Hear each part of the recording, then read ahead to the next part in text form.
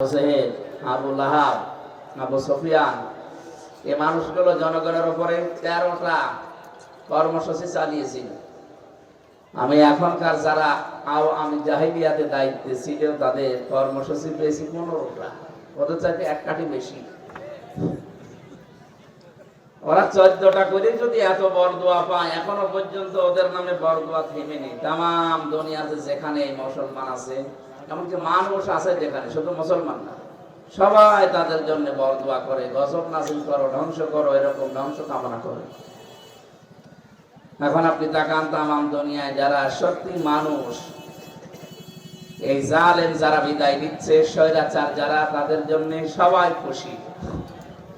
গত বর্ষদিন একজন বিদায় নিয়েছে না, বাশার আল আসাদ। এর নামে বাশার লাগানো ঠিক না, আসাদ লাগানো ঠিক? দুইটা নামই সুন্দর। বাশার মানে মানুষ, আসাদ মানে সিংহ। তো ও যেরকম মানুষ, ওর নামও পরিবর্তন করে ওইরকম দেওয়া দরকার। আবু জেহেলের নাম ছিল আবুল হাকাম। কি ছিল? আবুল হাকাম মানে জ্ঞানীর পিতা। ওর কাজকর্ম দেখে নবীজি ওই নাম তাকে দিয়েছিলেন আবু জেহেল, মূর্খের পিতা। এখন যারা স্বৈরাচার পৃথিবীতে, যেহেতু তারা আবু জেহেলের উত্তরসূরি, এদেরও নাম আমার মনে হয় পাল্টিয়ে দেওয়া দরকার। গত বর্ষদিন যেটা গেছে, এটা বাশার আল আসাদ না দিয়ে একটা নতুন নাম আবিষ্কার করা দরকার, যেন মানুষ ঘৃণা করে।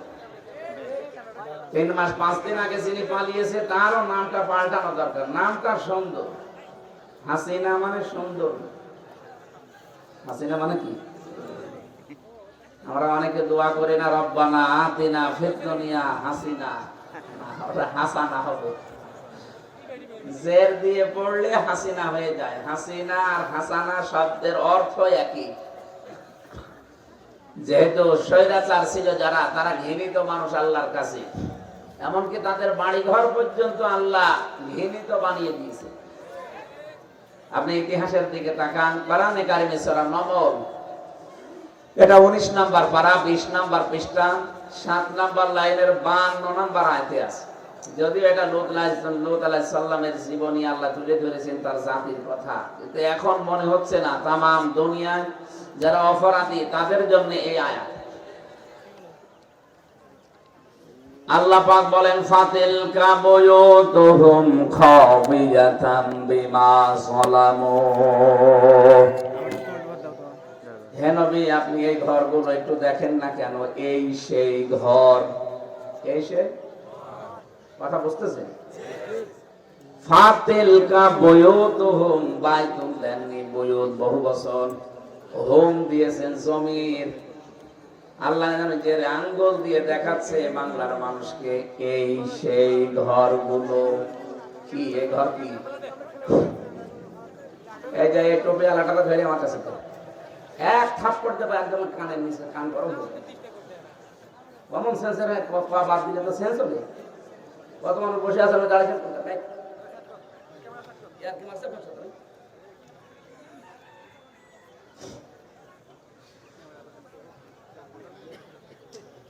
সিরাজগঞ্জবাসী, কোরআনে কারীম যেহেতু আমরা আরম্ভ করেছি, এটা শোনার কিছু নিয়ম আল্লাহ দিয়েছেন। ফাসতামিউ লাহু ওয়া আনসিতু।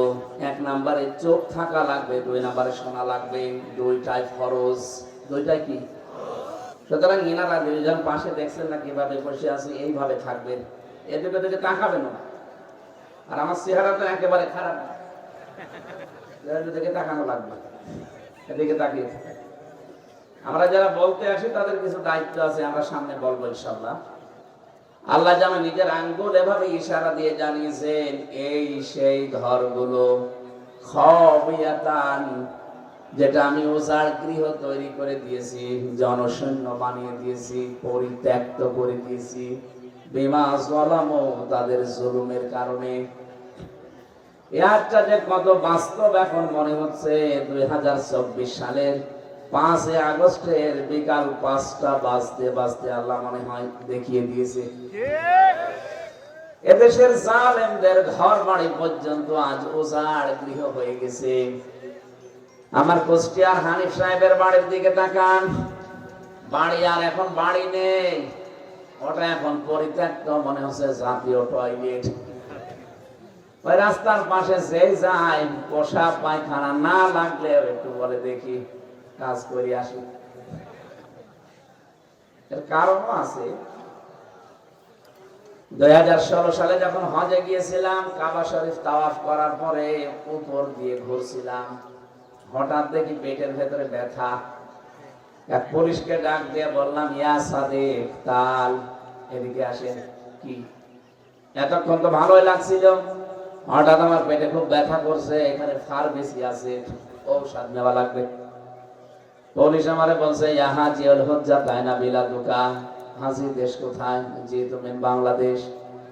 ওর ভাষা দিয়ে আমারে বলছে, হাজি বাংলাদেশ থেকে এসেছেন, আপনি জানেন না এটা কোন জায়গা? না তো। আবু জাহেলের বাড়ি। আপনি এখনো পায়খানা না করে দাঁড়িয়ে আছেন। পায়খানা করে দেখি আমার পেটের ব্যথা ভালো হয়ে গেছে। আমি আলহামদুলিল্লাহ সুবহানাল্লাহ বলছি না, মানে আমি বোঝাতে চাচ্ছি আল্লাহ যেন আমারে ধরিয়ে বলছে, ওই হামজা এত টাকা খরচ করে আসলে আর শয়তানের মুখে পায়খানা না করে চলে যাবা, তাড়াতাড়ি করো। যেহেতু তার বাড়িটা ছিল অভিশপ্ত, কারণ ওখানে জুলুমের পরামর্শ হতো, মানুষকে কষ্ট দেওয়ার জন্য তারা ষড়যন্ত্র করত। ওই ঘরে বসে বসে এমনকি নবীকে হত্যার ষড়যন্ত্র হয়েছিল ওই জায়গায়।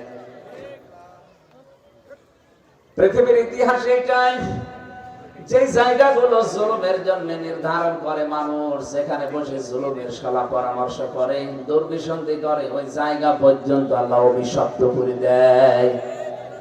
এই জন্য জালেমদের বাড়ি ঘর পর্যন্ত এখন পরিত্যক্ত। আপনার বিশ্বাস না হলে ঢাকায় যান, যে বাড়িটা এত দামি বাড়ি, মানুষের কাছে অনেকে আবেগে চোমা খেত, অথচ সেই বাড়ি পর্যন্ত এখন দেখেন মানুষ টয়লেট করছে। আমার মনে হয় আমার মতো পেটে অনেকের ব্যথা হচ্ছে, এই জন্য যে ওখানে কাজ সারছে। এখান থেকে আমাদের কি নেওয়া লাগবে? এর পরের আয়াতে আল্লাহ এটা আমাদের দিয়েছেন, ইন্না ফি যালিকা লাআয়াতান লিকাওমিন ইয়ালামুন। এখানে আলেম আছে কিনা জানি না। ইন্না ফি যালিকা লাআয়াতান, আল্লাহ লামে তাকিদ দিয়েছেন, সুপারলেটিভ ডিগ্রি। এটা এর চাইতে বড় ভয়ঙ্কর শব্দ আর হয় না। আল্লাহ বলেন, অবশ্যই আমি আল্লাহ গ্যারান্টি দিয়ে বলছি, এর ভেতরে শিক্ষা আছে। কাদের জন্য? লিকাওমি ইয়ালামুন, যাদের অন্তত জ্ঞান আছে তাদের। তাহলে আমাদের এখানে জ্ঞানী মানুষ যারা, আমাদের শিক্ষা কি? এদের যে শিকড় ছিল আপনি কল্পনা করতে পারবেন না। 15 বছরে জালেমরা এত গভীরে চলে গিয়েছিল তার শিকড় নিয়ে। একেবারে দারওয়ান থেকে শুরু করে সংসদ পর্যন্ত সব জায়গায় লোক ঠিক করা ছিল। কিন্তু মানালাম না, এরকম করেছিল না। আল্লাহ পাক বলেন, ফাকতিহা দাবিরুল কওমিল্লাযীনা যালামু ওয়ালহামদুলিল্লাহি রাব্বিল আলামিন। জালেমদের শিকড় আমি আল্লাহ নিজে কেটে দিয়েছি। প্রশংসা যদি করতেই হয় আমি আল্লাহর করবা। এখান থেকে যেটা আমরা নিতে পারি শিক্ষা হিসাবে, এত বড় বড় কঠিন ভয়ঙ্কর শিকড় যদি আল্লাহ কেটে দিতে পারে, এত গভীরের শিকড়, আগামীতে যারা দেশে আসবে, চেয়ারে বসবে, তারাও যদি জালেম হয়ে যায়, তাদেরও বাড়ি ঘর আল্লাহ কিন্তু পরিত্যক্ত করে দেবে। আশা করেছি আপনি বুঝেছেন। এরপরেও যদি কেউ না বোঝার ভান করে থাকেন, এদিকে আসেন, কানের নিচে 2টা দিলে তখন বসবেন। কথা বুঝতেছে? আওয়ামী জাহেলিয়াত আর আইয়ামে জাহেলিয়াত শব্দ দুইটা আমি মিলিয়ে দেখেছি পাশাপাশি। কাজকর্ম প্রায় একই তাদের ছিল। ওদের ছিল 14টা, এদের হয়েছে আর এক কাঠি বাড়িয়ে 15টা। এই জন্য আমরা আর যাই করি যেন জুলুম না করি, কারণ জুলুম যারা করে এরা কিন্তু সরাসরি আল্লাহর মামলার আসামি। আমি 3টা বছর জেল খেটে আসলাম, আমার মামলার বাদী ছিল সরাসরি যারা পালিয়েছে উনি নিজে। যদি কোনো ছলের মধ্যে আমার মামলার বাদী থাকতো, সর্বোচ্চ 2-3 দিনের বেশি আমার আটকে রাখতে পারতো না। কারণ আমি যে জায়গায় ছিলাম, কয় টাকা লাগবে আপনার? আমি আকিস গ্রুপের খতিব ছিলাম। ওরা দেখেছিলেন যে গাড়ি চড়তে দিয়েছিল, কত দামি গাড়ি, বেতন ওই রকম আমারে দিত। আমার যা লাগতো আমার সংসারের বাবা আমার আত্মীয় স্বজনের সব ওরা দিয়ে দিত। কি লাগবে ঢাকায় ফ্ল্যাট মেলাট সব বলেছিল, সব দিয়ে নিন না। যেহেতু শুধু দুনিয়ার জন্য আমার নাম আর একটা টার্গেট আছে, এই জন্য বলেছিলাম কোরআন প্রচারের জন্য যা যা লাগে আপনারা দেন, বাকি যা জনগণ দেবে ওটা আমি মাদ্রাসায় দিয়ে দেব। এই জন্য আমি নিয়ম করেছিলাম যে যা করেছিল ওরা, যদি হাসিনা বাদী না হয়ে দেশের কোন ছবির মধ্যে বাদী হইতো, টাকা দিয়ে আমি বেরিয়ে যেতাম। যেহেতু মামলার বাদী যত বড় হয়, কেস তত কঠিন হয়। এই কথা বলে নাকি? সূরা শুরা 42 নাম্বার আয়াত, 25 নাম্বার পারার 6 নাম্বার পৃষ্ঠার 13 নাম্বার লাইনে আছে, প্রথম অংশে আছে। এটা ফি জিলালিল কোরআন তাফসীর থেকে বলছি। আল্লাহ পাক বলেন, ইন্নামাস সাবিলু আলাল্লাযীনা ইয়াযলিমুনান নাস। অবশ্যই আমি আল্লাহ নিজে মামলা দায়ের করব জালেমদের বিরুদ্ধে। আরে টের পাচ্ছেন কি বললাম?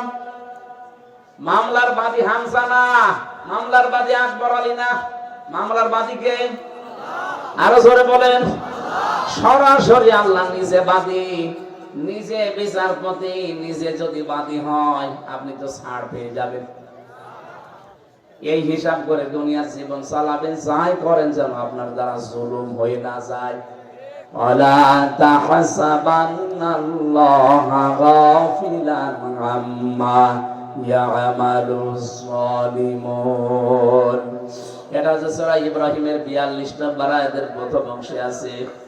আল্লাহ পাক বলেন, নবী আপনি কি মনে করেন যে জালেমদের কোনো খোঁজ খবর আমার নেই? না, সবচাইতে বেশি খবর রাখি আমি জালেমদের প্রতি।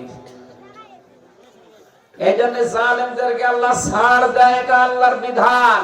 যখন কোনো মানুষ জুলুম শুরু করে, তার ব্যক্তিগত জীবনের উপরে, পরিবারের উপরে, সমাজের উপরে, জনগণের উপরে, যারা জুলুম করবে তাদেরকে আল্লাহ ছাড় দেয়। এই যে আজ যারা বিভিন্ন উল্টাপাল্টা সিনেমা, উলঙ্গ অর্ধ উলঙ্গ নাচ দেখে নিজেকে কন্ট্রোল করতে পারে না, যৌবন নষ্ট করে ফেলে, এটা নিজের উপরে জুলুম। এই কথা বলছেন না? আপনি মুরব্বী মানুষ ঠিক পছন্দ করেন, আপনি তো বোঝেন। যুবক মানুষ যদি বলে তো হয়, তো দাঁড়িয়ে পেয়ে গিয়ে সাদা হয়ে গেছে বলছে ঠিক। আপনি কি কিছু বোঝেন? যারা এই যে বিভিন্ন কাজ কর্ম করে যৌবন নষ্ট করছেন, এটা কিন্তু একটা অপচয়, জুলুম।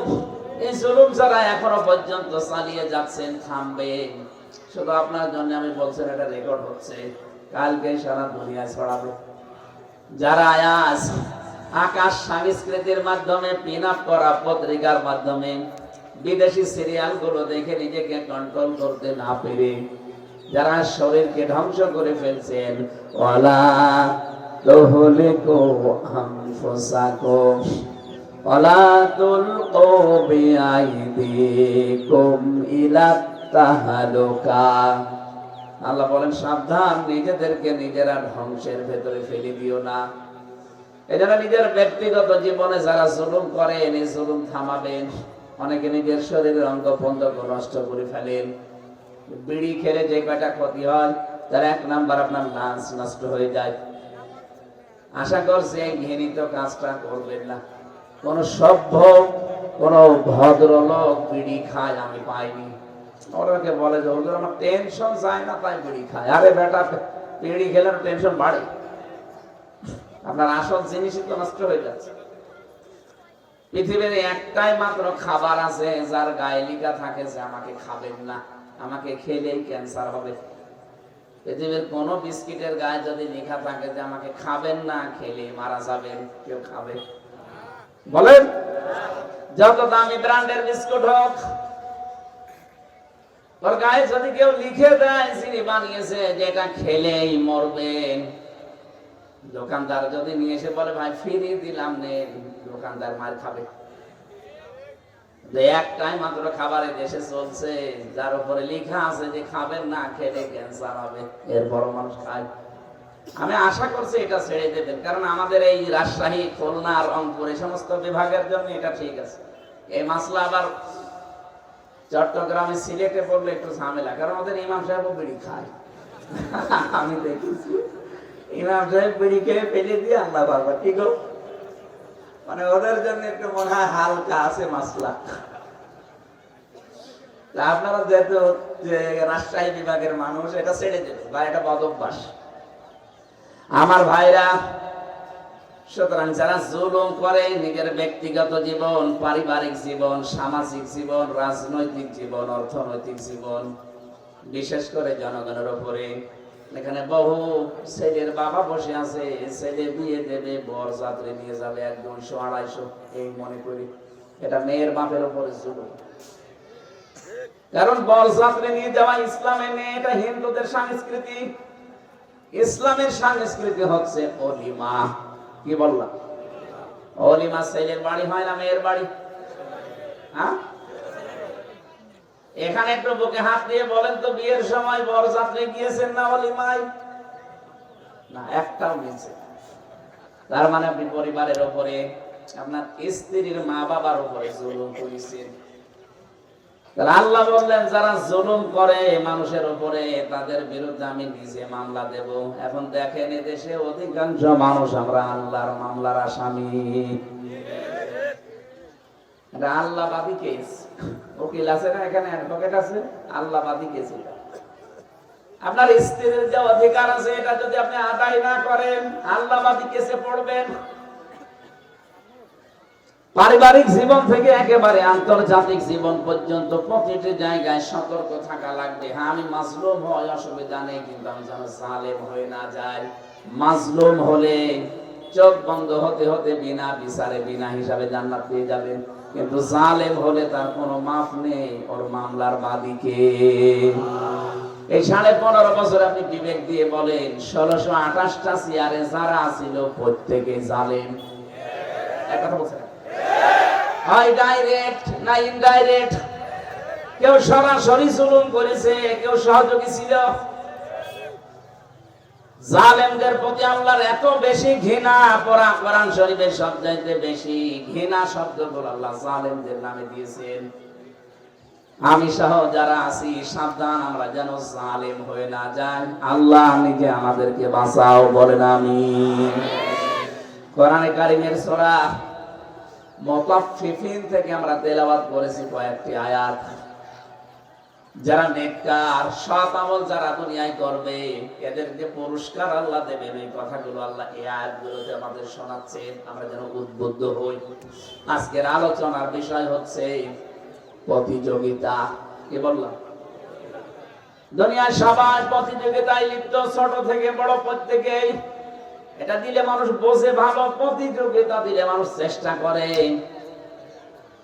আল্লাহ রাব্বুল আলামিন কোরআনে কারিমে জানিয়েছেন, যারা সাধক, লিমিসলি হাযা ফালিয়ামালিল আমিলুন। সূরা সাফফাতের ভেতরে আল্লাহ বলেন যে মানুষগুলো সাধক, পৃথিবীর কম বেশি প্রত্যেকে সাধক। এই সাধকদের উচিত তারা যেন সাধনা করে প্রতিযোগিতার জন্য। আমি আল্লাহ যে জিনিসটা সামনে রাখলাম এটার জন্য। ওইটা কি? আল্লাহ যেটা সামনে রেখে প্রতিযোগিতার জন্য আমাদেরকে প্রতিযোগী হওয়ার আহ্বান জানিয়েছেন, তার নাম বাগান, তার নাম জান্নাত। খিতামুহু মিস্ক ওয়া ফি যালিকা ফালিয়াতানাফাসিল মুতানাফিসুন। এমন ভাবে মুখ আটকানো আছে জান্নাতের ওই যে খাবার পানিটা, অমিজাজুহু তাসনিম, এর সাথে মিশ্রণ করা আছে তাসনিমকে। এটা জান্নাতের এক প্রকার পানি, যেটা আল্লাহ শুধু জান্নাতীদেরকে খাওয়াবেন, অন্য কাউকে দেবেন না। এটা জান্নাতের ভেতর ব্র্যান্ড পানি। পৃথিবীতে অনেক প্রকার পানি আমরা দেখতে পাচ্ছি, ইসমা পাওয়া যায়, মাম পাওয়া যায়। এই পৃথিবীতে এখন সবচেয়ে বেশি দামি পানির নামটা এই যে নীতা আম্বানি যেটা পান করে, মুকেশ আম্বানির স্ত্রী, 60-এর উপরে বয়স, এখনো চেহারা দেখবেন কি মনে হচ্ছে 30ও হয়নি। আর এক বোতল পানি মাত্র 750 গ্রাম, বাংলাদেশের টাকায় 51 লাখ টাকা দাম। আমার মনে হয় শুধু পানি খেতে হলে আমরা অনেকে গরু ছাগল জমি জায়গা এমনকি নিজেকেও বিক্রি করে দেওয়া লাগবে। বলেন তো, মাত্র 750 গ্রামের একটা পানির বোতলে 51 লাখ টাকা দাম। স্বর্ণের ছাই মিশানো আছে তার ভেতরে, ওটা শরীরের জন্য উপকারী। এটা তার লিমিট করা আছে। যত ধনী মানুষ হোক, এক একদিন তার 500 বোতল খেতে পারে না, 5-6 বোতল খেতে পারে সারাদিনের ভেতরে। কথা বলেন না কেন? আপনি 51 লাখ করে হিসাব করেন, এক বোতল যদি 10 বোতল করে রাত দিন 24 ঘন্টায় খেতে পারে, কত টাকার পানি খায় সে। আল্লাহ পাক বলেন, মিজাজুহু তাসনিম আইনা ইয়াশরাবু বিহাল মুকাররাবুন। আমার নিকটবর্তী যারা থাকবে, তার মানে যারা জান্নাতি হবে, এই মানুষগুলোর জন্য পানি আমি লিমিট করে দেব না, আনলিমিটেড। এই পানি এর চাইতে কত দামি হতে পারে আপনারে মাথায় ধরবে না। জান্নাত আল্লাহ এমন এমন জিনিস দিয়ে সাজিয়েছেন, আমি লোক দেখাচ্ছি এই কারণে আমরা যেন প্রতিযোগিতা আরম্ভ করি। আল্লাহ পাক বলেন, আমি এমন জিনিস দিয়ে সাজিয়েছি জান্নাত, ওয়ালাকুম ফিহা মা তাশতাহি আনফুসুকুম ওয়ালাকুম ফিহা মা তাদউন। রব্বুল আলামিন জানিয়েছেন জান্নাত এমন ভাবে আমি নিজের হাতে বানিয়েছি, মানের ভেতরে যা মানুষ আসবে কল্পনায় তাই পেয়ে যাবে। এমন ভাবে বানিয়েছি কোন চোখ দুনিয়ায় এটা আজও দেখেনি, কোন কানও আজও এর সঠিক বর্ণনা পুরাটা শোনেনি। হ্যাঁ, ভাষা ভাষা শোনা যায়, কোন মানুষের হৃদয়ের কল্পনাও কোনোদিন উদয় হয়নি। অসিরাজগঞ্জবাসী, মানুষের কল্পনার জগৎ ছোট না বড়? বলেন বলেন, কত বড়? অনেকে কল্পনা করেছিল না যে 41 সাল, কল্পনা এখন আছে? আমি একটা কল্পনা করলাম এখানে যে 10 তলা বিল্ডিং, এই কল্পনা করলেই কি সঙ্গে সঙ্গে হয়ে যাবে? কত কাঠ খড়ি ফোড়ানো লাগে তার জন্য, কত শ্রম দেওয়া লাগে, কত সময় দেওয়া লাগবে, কত অর্থ কড়ি খরচ হবে তার পেছনে। শুধু বললেই না, 1-1.5 বছর 2 বছর সময় দেওয়া লাগবে 10 তলার জন্য। কথা বলে না কেন? বাকি জিনিস তো বাদই দিলাম, অথচ কল্পনা করেছিলাম মাত্র 2 সেকেন্ডে। কতটুকু? 1-2 সেকেন্ডে আমি কল্পনা করলাম, অথচ হতে আমার 1.5 বছর 2 বছর লাগে। আল্লাহ পাক বলেন, জান্নাত আমি বানিয়েছি মুমিনের কল্পনা, ও যা কল্পনা করবে ওইটাই ওর জান্নাত। সুবহানাল্লাহ বলতে পারেন না? এইটা কাদের জন্য আল্লাহ তৈরি করেছেন? ইন্নাল আবরারা লাফি নাঈম আলাল আরাইকি ইয়ানসুরুন। অবশ্যই যারা আবরার, আবরার মানে আমাদের কুষ্টিয়ারে আবরার না, আবরার মানে নেককার, যে মানুষগুলো দুনিয়াতে সৎ আমল করবে, নেক আমল করবে, তাদেরকে আমি নিয়ামতের ভেতরে রাখবো। এখন আমার প্রশ্ন, নেক আমল কি?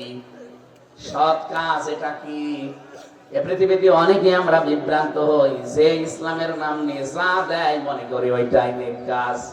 এই যে ব্রাহ্মণবাড়িয়া কুমিল্লা এলাকায় যারা আছে, বিভিন্ন পীরের মাজার পন্থী যারা, এই যে তাহেরি হুজুর, এরা আমাদেরকে দিচ্ছেন এক কাজ, হো হো নয়ালি বাবা, আল্লাহ বাবা, ফাতে বাবা, কি নেক কাজ নাকি? বলেন বলেন, কি এটা? কি এটা? জিকির তো না, জিকিরের নামে ফিকিরও না। এবার আসেন, আমি একটা দলিল বলছি, সূরা ফুরকান 68 নাম্বার আয়াতে প্রথম অংশে আছে, ভালো করে মিলাবেন। ওয়াল্লাযীনা লা ইয়াদউনা মা'আল্লাহি ইলাহান আখার। রাব্বুল আলামিন বলেন, পৃথিবীর নারী পুরুষেরা যারা 3টা কাজ দুনিয়ায় করবে, মরণের পরে তাদের শাস্তি আমি আল্লাহ ডবল ভাবে দেব। কাজ একটা, শাস্তি কয়টা? আরো জোরে বলেন। এটা আপনি মিলাবেন নিজের ভেতরে থাকলে এখনই আপনি ছেড়ে দেবেন। কাজ একটা, শাস্তি ডবল। এক নম্বরে যারা আল্লাহকে ডাকে, আল্লাহ জিকির করে, কিন্তু পাশাপাশি অন্য কাউকে যারা ডাকে, এই যে ইয়া আল্লাহ বলতে বলতে ইয়ানি বাবা, কেল্লা বাবা, ফতে বাবা, এর পাশাপাশি যারা অন্য কাউকে যোগ করেছেন, অবশ্যই আপনার শাস্তি ডবল হবে। আপনি বুঝে করেন আর না বুঝে করেন। প্রশ্ন আসতে পারে, হুজুর আমি এতদিন জানতাম না তাই করেছি, এখন তো জানলেন, আগামী থেকে এই জিকির আর করা যাবে না। এমনকি নবীজির নামেও কোনো জিকির নেই, নবীজির নামে আছে দরুদ। এক কথা বলছেন, আল্লাহি ইলাহানা খারা, আল্লাহ বাদে অন্য কাউকে জোড়া যাবে না। অথচ আল্লাহর জিকির আমরা যতটুকু করতাম তার চাইতে বেশি মানুষের জিকির এই দেশে আরম্ভ হয়ে গিয়েছিল। আল্লাহ আমার মনে হয় এই জন্য রেগে গেছে। এত রাগ তো করার কথা না। পৃথিবীর ইতিহাস পাল্টিয়ে ফেললেন আপনি।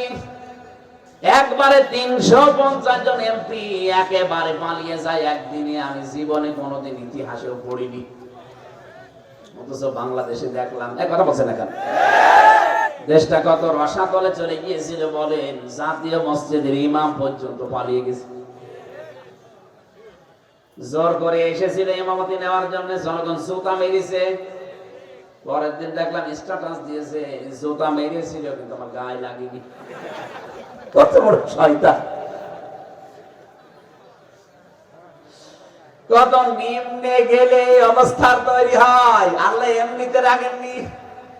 একটা মরা মানুষকে জিন্দা করার জন্য কি করেননি আপনি বলেন তো? টয়লেটের নাম পর্যন্ত আপনি পাল্টিয়ে দিয়েছেন। বঙ্গবন্ধু টয়লেট কেন? এটা দেওয়া লাগে কেন?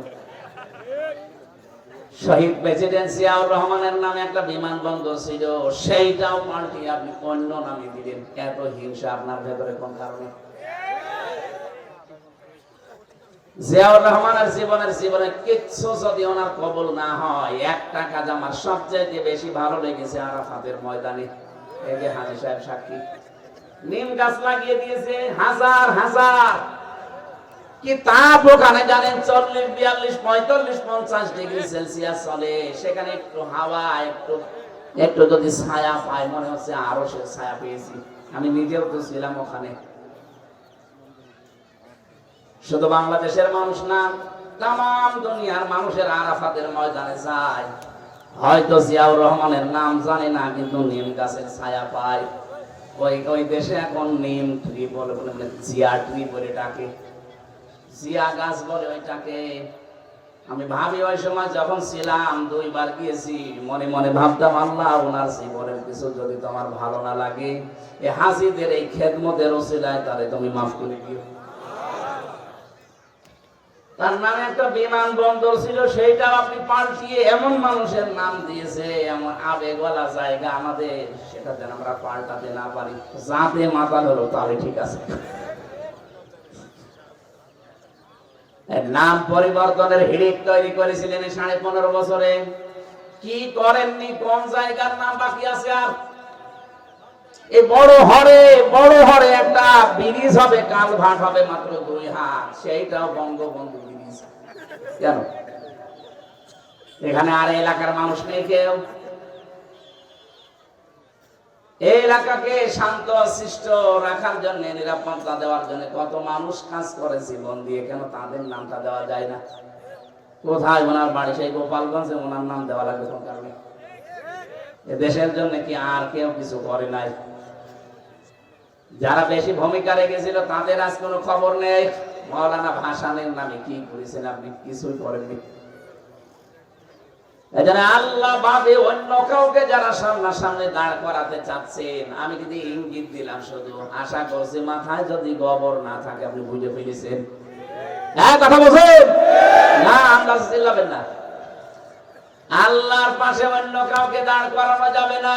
আমরা দেখলাম আল্লাহর উপরে তুলে ফেলেছিল, পেছনে তো লেখা থাকবে লা ইলাহা ইল্লাল্লাহ, আল্লাহু আকবার। এটা কোরআনের নির্দেশ। ওয়া কালিমাতুল্লাহি হিয়াল উলিয়া। তোমাদের কাছে সব জায়গায় উপরে থাকবে কার নাম? বলেন। এখন ডক্টর ইউনূসের পেছনে লেখা দেখেন না, কি আছে? লা ইলাহা ইল্লাল্লাহু মুহাম্মাদুর রাসূলুল্লাহ।